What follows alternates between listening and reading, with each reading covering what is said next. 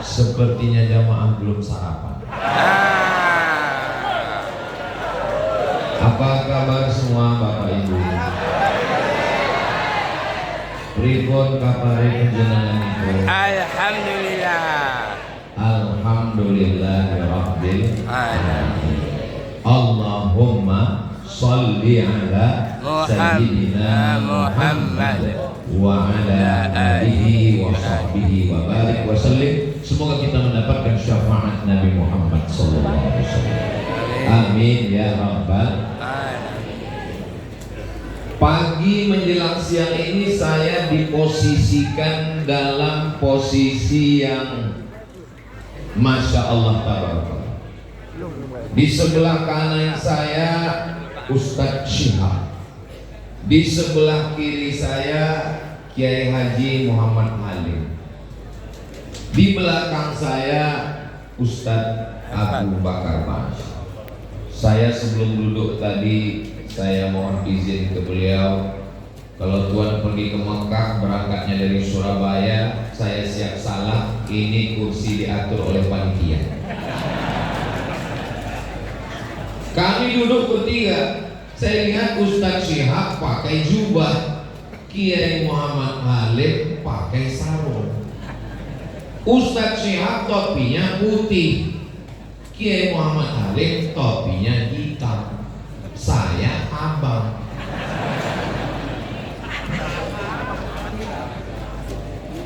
Ustadz Syihab belakangnya awalnya Ustadz, Kiai Muhammad Halim pakai kiai, yang sebelah kanan pakai jubah, yang kiri pakai sarung, saya pakai celana. Yang sebelah kiri kokonya hitam, yang sebelah kanan jubahnya putih, saya pakai batik. Ini salah kostum saya.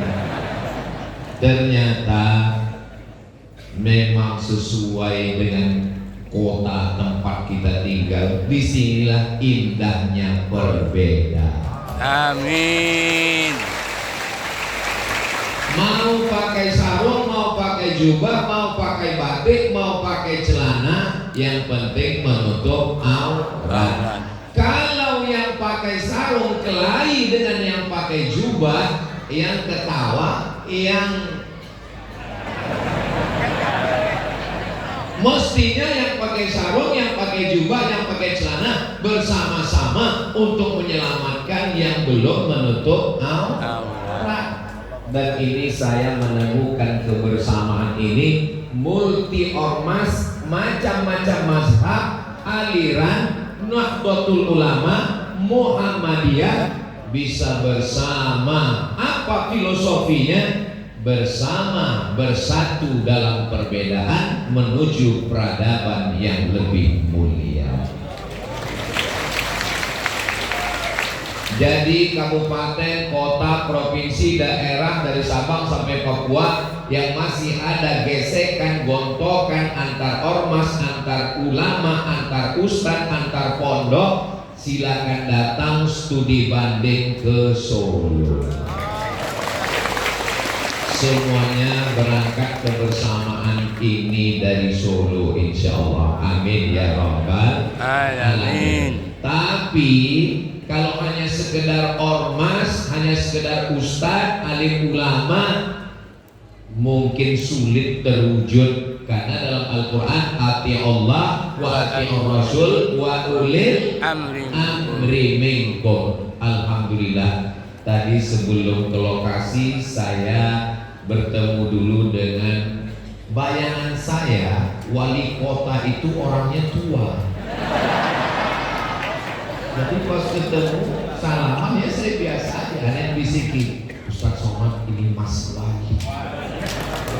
Masya Allah, orangnya lembut sekali. Cilik. Ngomong suaranya nyaris gak terdengar. Saya mau jalan, saya segan jalan di depan karena beliau wali kota. Beliau juga sejak segan sungkan jalan ke depan. Akhirnya kami gak jalan-jalan. Orang kalau selembut ini, kalau saya lihat-lihat ya, mukul nyamuk aja nggak mati, nyamuknya pingsan. Kalau sudah dua kelompok ini baik, pemimpinnya baik, ulamanya bersatu, maka insya Allah izzul Islam wal muslimin, kekuatan Islam akan hebat, kuat dan taat dalam bersama Allah Subhanahu wa ta'ala. Allahu Akbar. Bersama karena harta binasa, bersama karena kuasa sirna, bersama karena popularitas akan hilang, tapi bersama karena Allah. Mudah-mudahan Allah menjadikan kita semua bersaudara karena Allah Subhanahu wa ta'ala. Amin ya rabbal alamin. Dulu orang kelahi masalah ikhtilaf bismillah, basmalah, sir dan jahar, masalah kunut subuh dan tidak kunut. Akhirnya apa yang terjadi? Cakar-cakaran. Sekarang sudah nggak kelahi lagi antara kunut dan nggak kunut. Kenapa? Karena sama-sama nggak sholat subuh. Berarti dimuliakan Allah Subhanahu wa ta'ala.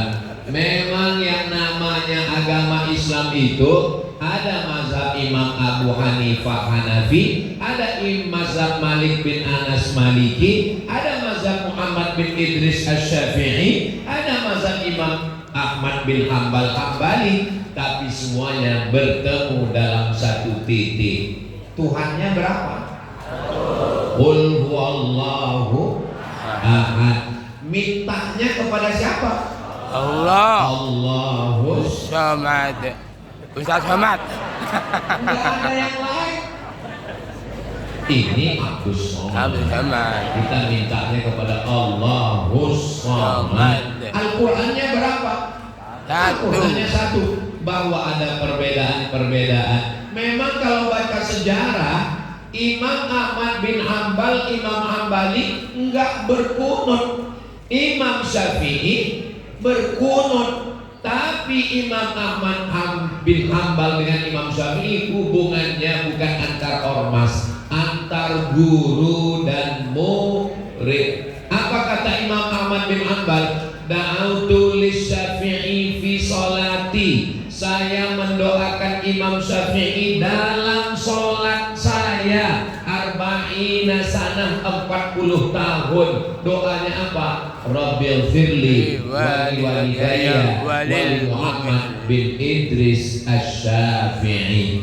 Memang kalau ngomong persatuan ini enak, tapi prakteknya di mana? Prakteknya di Solo. Tepuk tangan. Jadi nanti kalau saya pulang ke Sumatera, ini siang ini terakhir, nanti dari Solo ke Sragen, nanti itu saya langsung terbang. Nanti videonya, fotonya sudah kemana-mana. Kalau orang nanya, Ustadz di mana sekarang? Saya sudah di geng Solo. Dan menyatukan umat ini insya Allah. Amin ya Rabbal. Yang susah itu menyatukan buaya itu mudah aja. Dapatkan satu pawang selesai. Yang susah itu menyatukan pawang-pawang buaya. Tapi kalau sudah pawang-pawangnya duduk di foto, masyarakat itu sudah capek dengan narasi. Masyarakat nggak mau dengar narasi. Yang penting dokumentasi. Asal sudah kita duduk bareng bersama, senyum, foto, buncis. Nah, langsung foto di-share. Nggak akan mempan adu domba antara murid ustadz ini dengan kiai ini, antara pondok ini dengan pondok ini. Kalau datang yang adu domba, itu begitu, begini, begono, tinggal tunjukkan fotonya. Ini foto ustadz kami, ini foto kiai kami, selesai semuanya. Maka jangan mau diadu domba, karena yang mau diadu itu cuma Betul. kambing juga.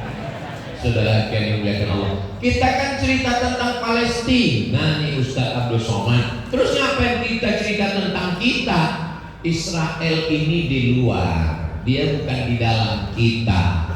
Kenapa kita bisa dijajah Belanda?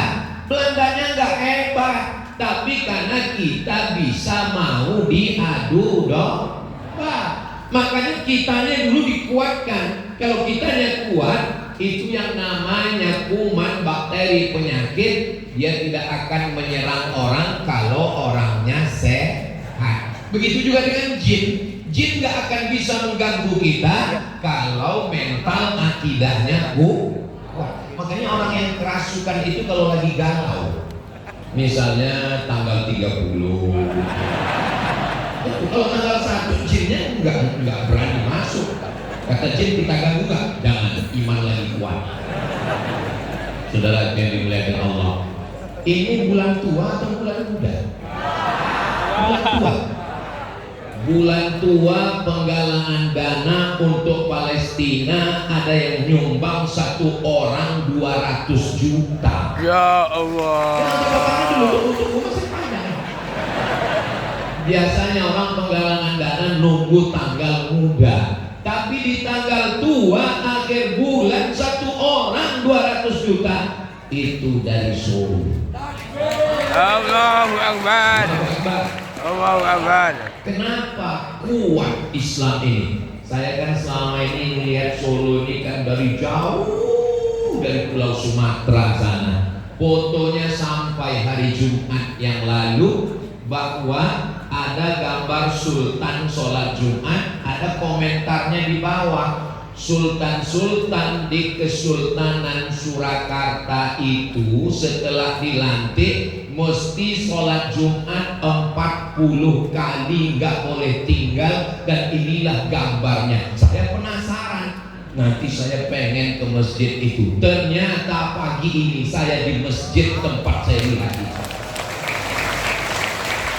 Maka saya tadi masuk ke dalam, pas saya masuk, oh nak, nggak ada orangnya. Loh, ini acaranya kemana? Kok kosong? Ternyata acaranya dibuat di luar melimpah ruah. Saya sudah ngambil foto sama kiai di depan mihrab, di depan mimbar, penyerahan buku sejarah. Kenapa pemimpin-pemimpin dulu itu membangun masjid dengan bangunan yang megah 1745, 200 tahun sebelum Indonesia proklamasi merdeka? Karena pemimpinnya dididik untuk ke masjid. Begitu dilantik 40 Jumat nggak tinggal. Mestinya ini dipakai untuk pelantikan presiden, gubernur, bupati, wali kota. Ini local wisdom, ini hikmah kebijaksanaan dari bangsa Indonesia lokal. Kenapa tidak dipakai? Kira-kira kalau pemimpin-pemimpin dari mulai presiden, gubernur, bupati, wali kota, kades, kadus, RT, RW diwajibkan seperti itu, dibuatkan dalam undang-undangnya, bagus apa nggak bagus? Setuju apa nggak setuju? Hebatnya ulama zaman dulu bisa bergandeng dengan para sultan. Begitu sultan-sultan Mataram, mereka tidak berjalan sendirian, didampingi oleh para sunan wali songo yang tidak hanya berdakwah kepada masyarakat, tapi berdakwah kepada para pemimpin. Kita doakan pemimpin kita adil dan amanah. Saudara yang dimuliakan Allah Subhanahu wa taala, setelah kita bisa duduk bersama alim ulama, bersama pemimpin, masyarakatnya patuh dan taat.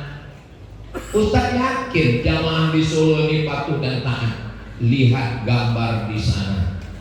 Mereka duduk di atas lantai, nggak pakai karpet, nggak pakai atap, nggak pakai tenda, berpanas-panasan. Saudaraku, kalau memang suara saya sampai ke sana, angkat tangan sebelah kanan. Sampai suara saya. Memang kelihatannya yang berdiri di sini Ustaz Abdul Somad, yang di atas karpet, yang ngomong pakai kipas, pakai lampu, Abdul Somad. Kalian yang duduk di bawah tidak pakai alas, tidak pakai lapak, tidak pakai atap, boleh jadi kalian lebih dulu masuk surga dari Abdul Somad. Mengaminkan mereka. Memang susah ngomong sama orang jujur ini. Memang yang saya omongin itu betul atau nggak betul? Betul, tapi jangan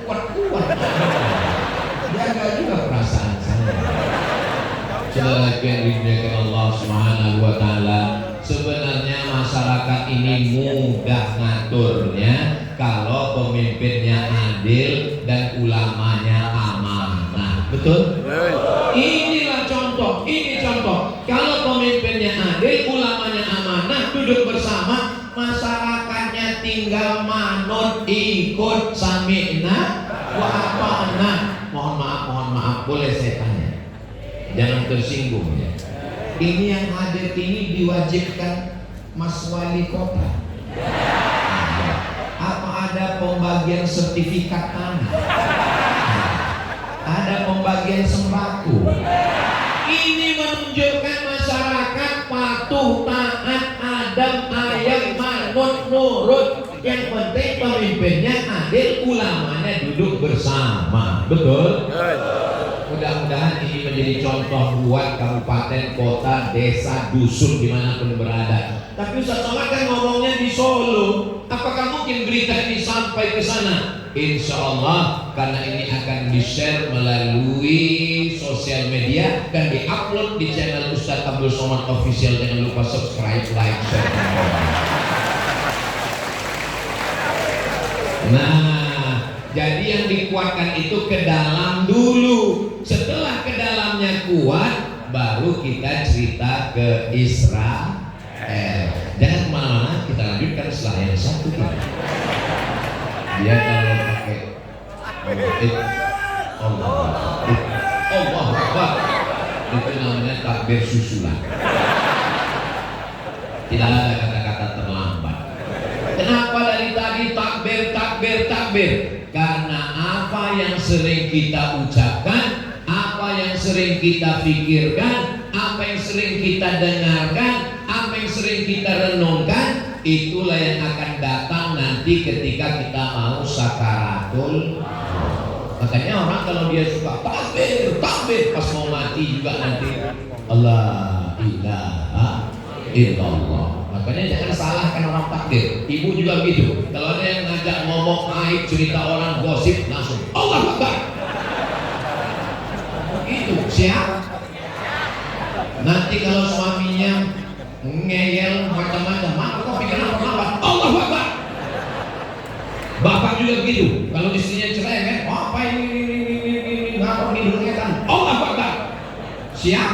Siap. Sudah sama saya cek takbir ini semua.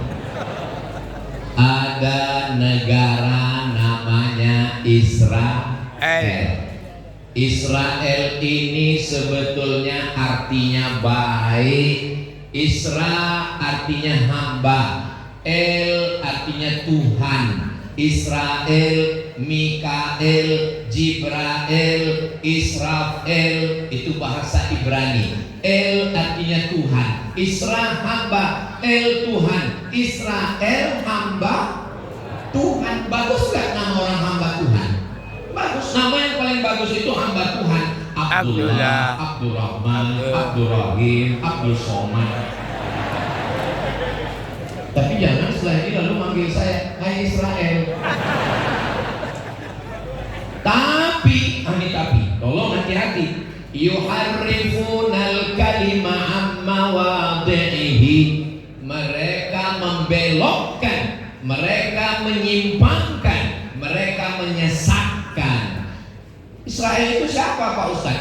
Namanya Yakub alaihi salam. Nabi Yakub. Nabi Ibrahim punya anak namanya Ishak. Nabi Ishak punya anak namanya Yakub. Nabi Yakub punya anak namanya Yusuf. Nabi Yusuf punya saudara namanya Yahuza. Yahuza punya anak cucu Yahudi. Kita ulang. Nabi Ibrahim punya anak namanya Ishak. Nabi Ishak punya anak namanya Yakub. Yakub namanya dua. Satu Yakub, satu lagi Israel. Nabi Yakub punya anak namanya Yusuf. Nabi Yusuf punya saudara namanya Yahuza. Tolong ingat baik-baik, ini keluar dalam UAS ujian akhir semester.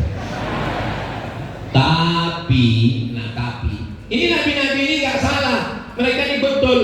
Lalu kemudian sejarahnya ini dibelokkan, disesatkan. Lalu mereka mengatakan bahwa Israel pernah bergulat. Tahu gulat? Bergulat. Israel bergulat. Makanya Israel itu mereka artikan maknanya al-musari' lillah. Israel orang yang bergulat dengan Tuhan. Israel Tuhan bergulat. Tuhannya kalah. Tuhannya kalah. Karena Tuhan kalah, maka mesti ngasih hadiah. Lalu Tuhan datang ke Israel. Kata Tuhan, Israel, aku kalah ya. Terus aku ngasih hadiah. Maka Tuhan memberikan hadiah kepada Israel. Hadiahnya adalah tanah Palestina. Jelas? Yes. Kalau nggak jelas saya ulang sekali. Kalau Tuhan pergi ke pekan, jangan lupa membawa kikir. Memang kalau belum sarapan susah berpikir.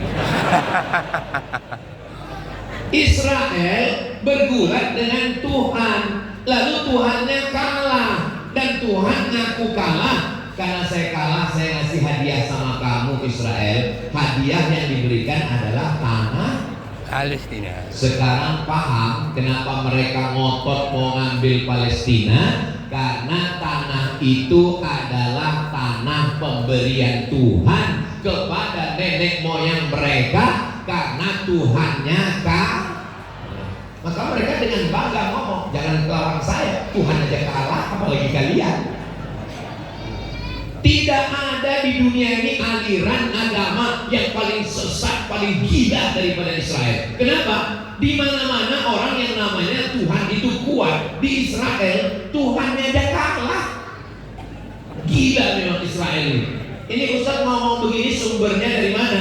Judul bukunya Tarikh Ad-Diyanah Al-Yahudiyah. Yang bahasa Indonesia ada nggak Pak Ustaz? Sudah diterjemahkan, sampulnya warna hitam. Judulnya Sejarah Agama Yahudi. Saya nggak percaya tuh kalau buku terjemah, percaya karena nama penerjemahnya Abdul Somad. Ujung-ujungnya jual buku. Saya nggak jual buku karena buku ini dulu waktu saya tulis, saya terjemahkan, sudah saya jual habis ke penerbit. Habis itu penerbitnya cetak ulang beribu-ribu, ratus ribu eksemplar jual, saya nggak dapat apa-apa. Kenapa Ustaz nggak minta royalti? Karena saya sudah jual habis. Kenapa Ustaz nggak cetak sendiri? Saya nerjemah buku ini dulu lama, saya nggak tahu bakalan viral. Makanya adik-adik kalau nerjemah buku jangan dijual, cetak sendiri. Kenapa? Mana tahu nanti diusir-usir viral. Seperti saya. Nah, itulah kenapa kalau nanti ada yang nanya, anak ibu nanya, mama, ya, kenapa Israel itu ngotot mau ngambil Palestina? Ya pokoknya dari dulu udah begitu. Jangan banyak tanya. Kalau banyak tanya berarti Israel. Apa ini? Anak-anak kita sekarang cerdas, maka jelaskan kepada mereka. Kira-kira ibu, bapak bisa jelaskan? Kalau nggak bisa jelaskan, potong video ini, share. Kalau orang marah sama saya nggak peduli. Ternyata setelah dipotong, sampai videonya ke Benyamin setannya. Lalu ditonton sama Benyamin. Who is this? Iki sopo? Terjemahan di bawahnya ada. Lalu dijawab, this is a Muslim scholar from Indonesia. Ini adalah seorang sarjana Muslim dari Indonesia. What is his name? Jenenge siapa? Ada terjemahannya di bawah. Jenenge siapa? Jenenge Asma itu yang halus. Ini Jawa versi Sumatera. Namanya Abdul Somad. Langsung Benyamin mengatakan, kill him. Terjemahannya di bawah. Wes, patennya aja. Bapak Ibu takut? Dari bunyinya ketakutan. Bapak takut? Jangan takut Pak, cukup takut dengan istri. Jangan takut sama Israel.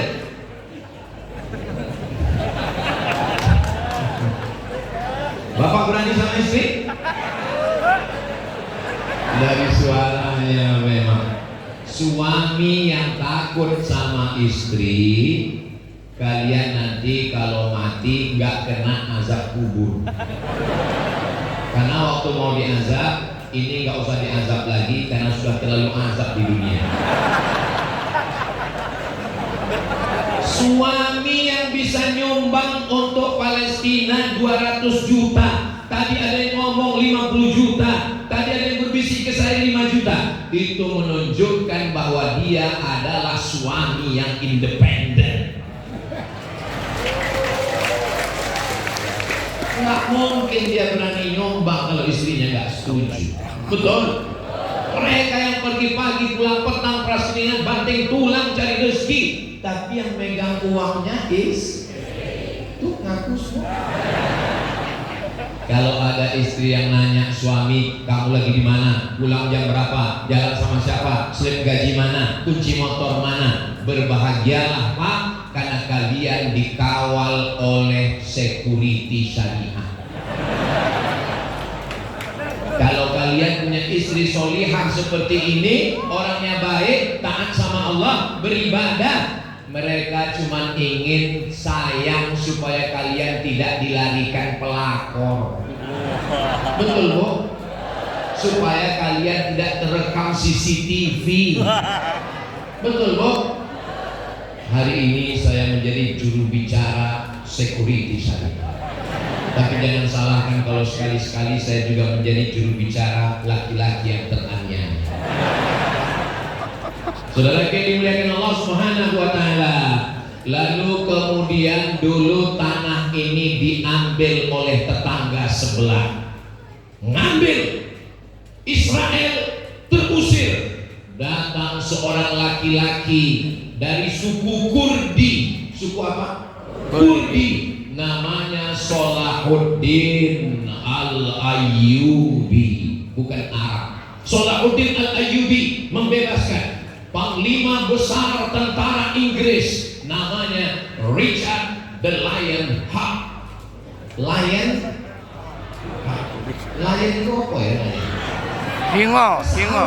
Lion itu singa. Di Sumatera yang namanya lion itu jadi raja. Si singa Maharaja. Di bumi Melayu singa itu jadi raja, namanya Narasinga. Lalu kemudian di Inggris namanya Richard the Lion Hawk yang ingin menghancurkan dalam perang salib. Apa yang terjadi? Richard the Lion Hawk demam. Singa pun bisa demam juga. Kenapa? Karena terlalu sering diganggu singa betina. Akhirnya ketika dia sedang di kemah, sedang demam, tiba-tiba masuk ke dalam kemahnya seorang laki-laki berjubah bertutup kepalanya dan langsung membangunkannya tidur. Bangun engkau wahai, wake up, wake up. Ternyata kalau habis makan soto Solo ini lancar bahasa Inggris. Wake up. Akhirnya Richard the Lion Hawk jaga bangun dari tidurnya dan dia bertanya, who are you? Kamu siapa? Ana Salahuddin Al-Ayyubi. Salahuddin Al-Ayyubi bisa masuk menerobos pasukan tentara dan masuk ke dalam kemah Richard the Lion Hawk. Kata Salahuddin, kalau aku mau, aku bisa mencabut pedang dan membunuhmu Richard. Tapi aku datang bukan sebagai tentara, bukan panglima perang. Aku datang sebagai seorang muslim membawakan obat demam. Disitulah dia tertawa. Ini kisahnya bisa dilihat di mana Pak Ustaz? Tonton filmnya. Saudara yang dimuliakan Allah Subhanahu wa taala, akhirnya umat Islam menang menguasai Palestina. Ketika umat Islam menguasai Palestina, gereja tegak berdiri. Saudara kita Kristen Ortodok tetap ada, sinagog Yahudi ada, siapapun tetap bisa bertetangga, berkawan dan bersahabat. Apakah Islam mengajarkan membunuh orang tidak Islam? Apakah orang Islam bisa satu kantor dengan non-muslim? Apakah orang Islam boleh satu sekolah dengan orang yang tidak beragama Islam? Islam mengajarkan wala ana abidum ma'abattum wala antum abiduna ma'abud lakum dinukum. Begitulah kalau umat Islam yang memegang Palestina. Tapi begitu mereka yang berkuasa, apa yang mereka lakukan? Gereja mereka hantam, masjid mereka ratakan, sampai ada seorang pendeta berkata, apa kata pendeta? Videonya ada, saya simpan. Kata pendeta, dulu kami memberikan kunci Palestina kepada Umar bin Khattab, hidup kami damai. Tapi sekarang kunci itu diambil. Kemana kalian wahai pemimpin Islam? Saya ketika membaca itu, betul juga. Dulu kunci Palestina itu diserahkan kepada Umar bin Khattab. Apa kata pemimpin yang memegang kunci Palestina? Saya hanya mau menyerahkan kunci Palestina kepada Umar bin Khattab. Dia menyuruh Umar bin Khattab datang dari Madinah ke Palestina. Umar bin Khattab dia bayangkan akan datang dengan baju kebesaran. Karena memang dulu raja-raja itu pakai baju kebesaran, ukurannya XL. Dia bayangkan ini akan datang dengan kereta kencana, dengan pengawal yang hebat. Ternyata Umar bin Khattab datang berdua dengan hamba sahaya, cuman berdua, dan kendaraannya satu. Mereka ganti-gantian, kadang Umar di atas, kadang pembantunya di bawah, kadang pembantunya di atas, Umar di bawah. Ketika mau mendekati pintu Palestina, kebetulan lagi giliran Umar yang narik hewannya, pembantunya yang di atas. Yang megang kunci Palestina nanya, Umar bin Khattab yang mana? Sama seperti saya tadi bingung, yang wali kota yang mana? Karena bentuknya sama, gak bisa dibedakan, gak ada jengkolnya. Sekarang orang petantang-petenteng dengan seragamnya, dengan kehebatannya, padahal semuanya akan mati dipakaikan dengan kain kafan. Saudara yang dimuliakan Allah Subhanahu wa taala, Islam kalau dia berkuasa maka semuanya akan terjaga, terpelihara. Tapi apalah daya, direbut oleh Israel. 1946 ketika mereka datang beramai-ramai, mereka mulai menghabisi, dan sekarang yang mereka ambil adalah Gaza. Nanti setelah Gaza diambil, puncaknya mereka akan mengambil Al-Masjidil Aqsa.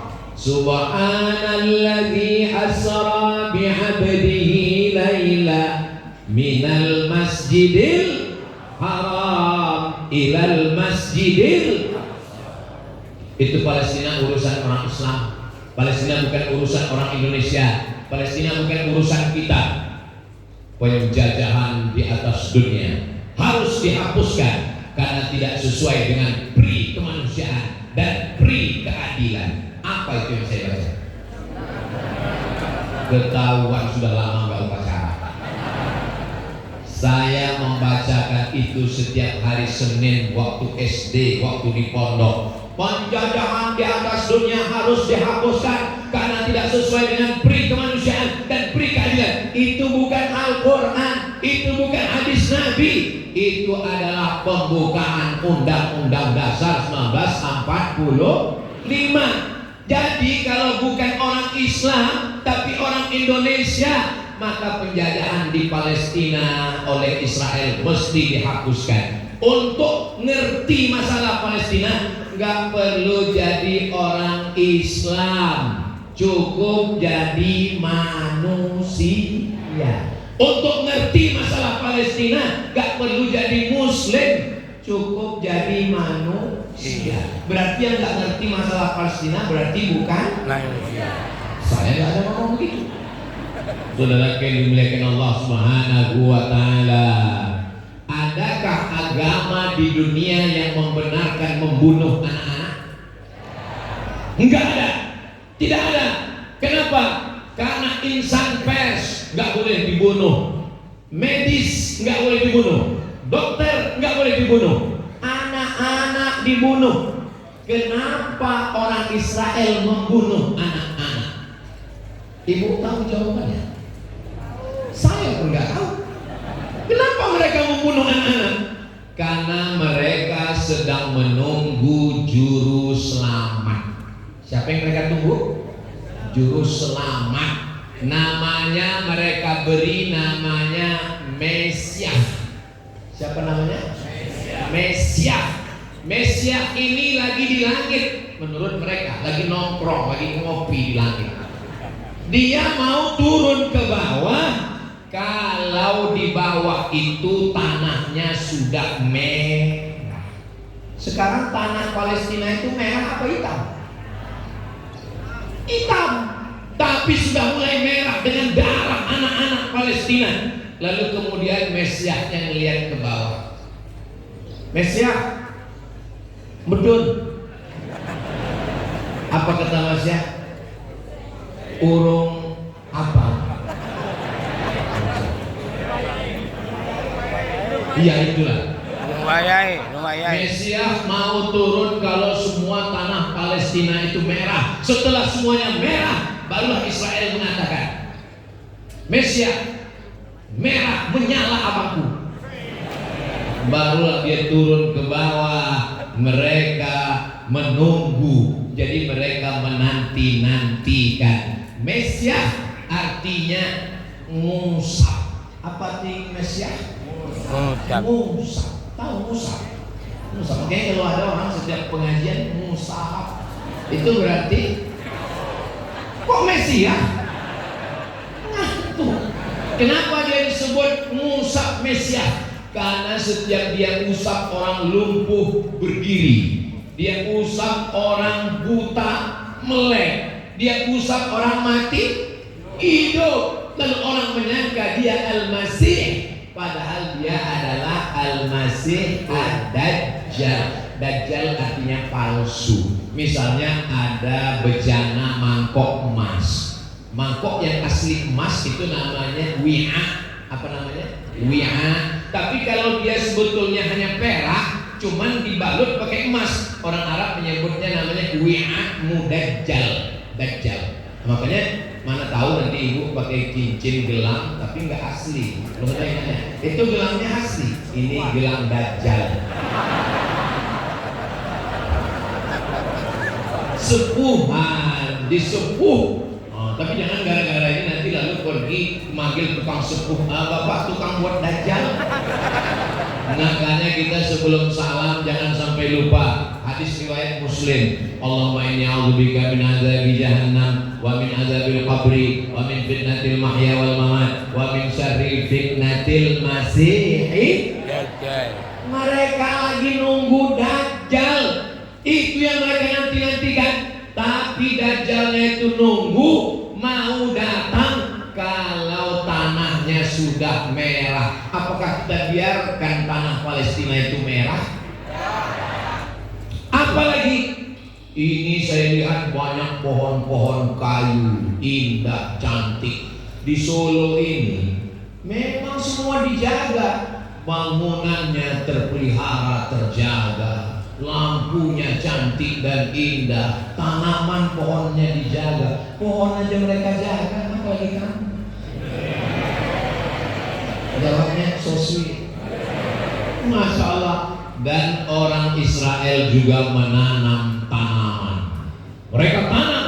Nama pohonnya disebutkan Nabi Muhammad SAW. Nama pohonnya adalah Syajaratul Gharqad. Apa namanya? Gharqad. Ingat Gharqad. Gharqad mereka tanam. Ustaz Somad sudah pernah melihat Gharqad? Sudah saya lihat dari jauh. Waktu saya dari Kairo naik mobil ke Rafah. Rafah ini kotanya dipotong dua. Setengah diambil Israel, setengah diambil Mesir. Di tengahnya ada pagar yang dikasih polsek tegangan listrik tinggi. Siapa yang nyentrum? Siapa yang nyentuh kena setrum. Kami ngintip dari celah-celah pagar, melihat ada pohon hijau. Saya tanya, itu apa? Mereka menjawab, Syajaratul Gharqad. Allahu Akbar. 14 abad sabda Nabi benar. Shadaqallahul azim wa sadaqa rasuluhun nabiyul karim. Karena nanti sampai masanya batu-batu akan berkata, apa kata batu? Ya abadallah, wahai hamba Allah, hada Yahudi, di belakang saya ini ada Yahudi, di belakang saya ada Israel, faktulhu, bunuhlah dia. Batu pun tidak mau membela Israel. Batu akan bersama kita. Pohon kayu berkata, hada Yahudi khalfi, ini ada Yahudi di belakang saya, faktulhu, bunuhlah dia. Tapi ada satu pohon yang membela Israel, kata Nabi. Pohon itu adalah pohon warpak. Mereka yakin dengan itu. Mereka tanam hijau warpak. Anehnya, orang Yahudi menanam tanaman. Kemarin lagi banjir bandang, yang turun bukan air dari gunung, yang turun apa? Kayu. Allah tidak pernah menurunkan kayu. Allah menurunkan air. Dari air tumbuh kayu. Kayu hidup gak mungkin hanyut. Gelondongan-gelondongan kayu turun dari gunung. Yang motong ini lebih jahat dari Israel. Makanya saya seumur-umur belum pernah sholat istisqa. Diundang bupati, gubernur, wali kota, kepala desa, dusun, kepala dinas, kepala badan, kepala kantor yang ada kepala, tidak berkepala. Ustaz Somad sholat istisqa, enggak mau, sekalipun saya mau. Kenapa? Karena kita berdoa minta hujan, ternyata yang bakar hutan ikut sholat istisqa. Kita hanya sebagai pelengkap sandiwara. Allah mau menunjukkan hujan. Gunung bukit tidak lagi bisa menampung, menahan akar kayu. Turun gelondongan-gelondongan, menabrak jembatan, menghancurkan rumah. Ya Allah, tolong saudara kami yang sedang teraniaya, yang sedang kena banjir. Mudah-mudahan Allah menurunkan pertolongan. Kalau mereka meninggal, meninggalnya syahid insya Allah. 2 orang polisi dari Riau yang ditugaskan ke Sumatera Barat terbawa arus sungai, anak istrinya tinggal, mudah-mudahan diberikan ketabahan. Dan saudara kita yang masih punya kemampuan, kita punya masalah di Indonesia, banyak banjir, kenapa kita mesti nolong Palestina? Yang ngomong-ngomong begitu di Indonesia pun nggak nolong, ke Palestina pun nggak nolong. Kita yang banyak nyumbang tadi bukan berarti dia nggak peduli kepada Indonesia. Yang Indonesia, yang musibah, yang kebakaran, yang tsunami, yang kebanjiran, kita tetap tolong. Tapi Palestina jangan kita tinggalkan. Saudara yang dimuliakan Allah Subhanahu wa Ta'ala, apalagi yang mau ditunggu? Mesias itu mau turun. Sengaja ditampilkan di TV ini ibu-ibu yang kepanasan. Kalau di tempat lain saya ceramah, itu dibawakan kertas, Ustadz waktu sudah habis. Kalau di tempat lain saya ceramah, ini di layar ini dibuat waktu kurang 2 menit. Tapi orang Solo ini memang perasaannya lembut. Saya nggak mau pasang itu, cukup ditampilkan aja gambar orang kepanasan. Itu artinya sudah hilang penderitaan ini, Pak Ustadz. Paham, saya paham. Yang terakhir, apa yang mereka tunggu? Mereka mau Masjidil Aqsa ini digali terowongan keliling, sudah berlobang-lobang. Nanti sampainya Masjidil Aqsa akan jatuh ke bawah, ambruk, dan disitulah mereka akan mendirikan Temple of King Solomon. Tulis di Google, Temple of King Solomon, harus lengkap, jangan cuma temple nanti keluar tempel ban. Temple of King Solomon, tulisannya Temple of King Solomon. Artinya apa? Mereka mau membangun istana Sulaiman. Sulaiman bagus, Nabi Sulaiman nggak salah. Mereka yang membelokkan sejarah Sulaiman. Ada yang penulis Indonesia mengatakan raja paling hebat itu Nabi Sulaiman, yang kekuasaannya katanya sampai ke Yogyakarta. Sulaiman. Yang dimuliakan Allah SWT. Jadi cita-cita mereka yang tertinggi hancur Masjidil Aqsa. Nggak ada itu yang namanya gencatan senjata. Mereka akan mengambil itu yang namanya tepi barat. Nanti mereka akan menghancurkan, mengusir, membunuh semua. Dan mereka akan mendirikan Temple of King Solomon, berdirilah negara The Great Israelian, Israel Raya. Israel Raya itu batas negaranya mana? Batasnya sesuai dengan gambar benderanya. Ibu masih ingat gambar bendera Israel? Bapak masih ingat? Pejamkan mata. Apa yang kelihatan? Tidak kelihatan. Rekening. Coba pejamkan mata, bayangkan bendera Israel, ada garis satu di atas, ada garis satu di bawah. Garis yang di atas itu adalah sungai Bengawan Solo. Sungai Nil. Ada satu garis di bawah, itu adalah sungai Efrat.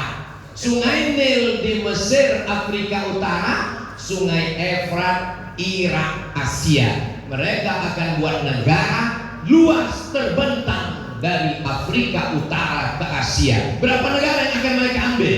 Mesir, apalagi Suriah, Lebanon, Palestina, Yordania, Irak, sebagian Saudi Arabia. Apa kata Presiden Israel Golda Meir? Presiden pertamanya Golda Meir, perempuan, ketika dia dilantik, apa kata dia? Aku mencium harum semerbak nenek moyangku di Madinah. Waktu dia pelantikan, dia mengatakan, aku mencium harum semerbak nenek moyangku di Madinah. Karena di Madinah ada 4 Yahudi, Bani Nadir, Bani Quraiza, Bani Qainuqa, Yahudi Khaybar. Maka kita semarakan Khaybar. Khaybar, Khaybar ya Yahud, Jaisu Muhammad saufa yamun. Wahai Yahudi, Khaybar pernah kami rebut, kami akan mengambilnya. Takbir. Ini tausiah saya hari terakhir, hari Kamis, Jumat, Sabtu, Ahad. Jadi sebetulnya saya ini sudah baterainya sudah habis. Makanya waktu saya lihat jadwal terakhir di mana? Di Solo. Berat. Saya tahu orang Solo itu kan lemah lembut. Berarti nggak boleh suara menggelegar. Sebetulnya saya di sini nih mau ngomongnya lemah lembut. Cuman kan nggak sesuai bicara Palestina. Marilah kita bunuh Israel. Mari kita hancurkan Israel. Mari kita hancurkan Israel ya. Sesuai kan? Ya, sebetulnya kalau tenaga Ustaz Somad itu Ustaz yang keras. Saya bukan keras, sound sistemnya mantap. Jadi nanti jangan ini di-upload ada yang komen, Ustaz Somad gak layak ngomong begitu di Solo. Solo itu orangnya lemah lembut, tata krama, sopan santun, budi bahasa. Ustaz mungkin dari Sumatera ngomong begitu karena anginnya kencang. Tapi kami di sini, ya temanya kan tentang Palestina. Nah, jadi bersuara begini, saya kalau sehari-hari lembut, nyaris gak terdengar. Lagi sama istri saya. Saudara yang dimuliakan Allah Subhanahu wa taala, mudah-mudahan pertemuan kita ini diridhoi Allah Subhanahu wa taala. Banyak omongan saya, tutur kata saya yang menyinggung perasaan ibu, bapak, alim ulama, para kiai, para alim, hadratal muhtaramin wal mukarramin. Maukah Bapak Ibu memaafkan saya? Akhirnya di akhir majelis ini saya tutup dengan pantun penutup. Menangkap puyuh di Bukit Selasih. Thank you dan terima kasih. Ada satu lagi tutup. Madiun lemah teles. Matur nuwun Gusti Allah sing bales. Assalamualaikum.